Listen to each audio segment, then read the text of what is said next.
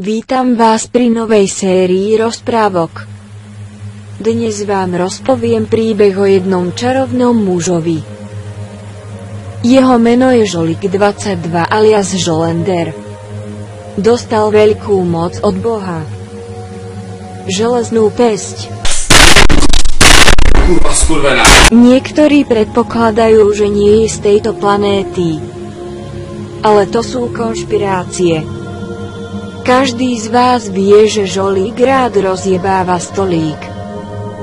Ale on ho nerozjebe, on ho len obetuje. Bohovi Stolosovi. Žolender stále vynikal, či už je to jeho vlasmi alebo progamingom. Ale počkať, Žolo nemá vlasy. A kurva, toto v scenári nebolo. Anča ty piča. Čo máš za problém? Prečo tu píše, že Žolo má vlasy a on v skutočnosti nemá vlasy? Menšia chyba, vyjeb sa na to a pokračuj. No dobre, Žolík na Twitchi streamuje preto, aby uživil svoju rodinu. Ale on žiadnu rodinu nemá. Robím si trošku z vás piču.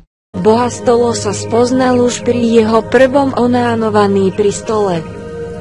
Vtedy sa mu prvýkrát zjavil a povedal mu: Počúvaj ma, Žolenderos. Prišiel som ti ukázať pravú cestu. Každý mesiac rozjeb stolík alebo klávesnicu. A ja ti za to dám veľké bohatstvo z Twitchu. Žolík si svoju jemnú údicu strčil do gatí a smelo prikývol.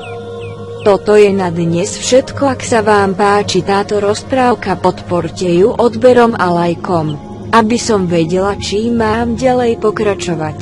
Zatiaľ sa majte cmúk.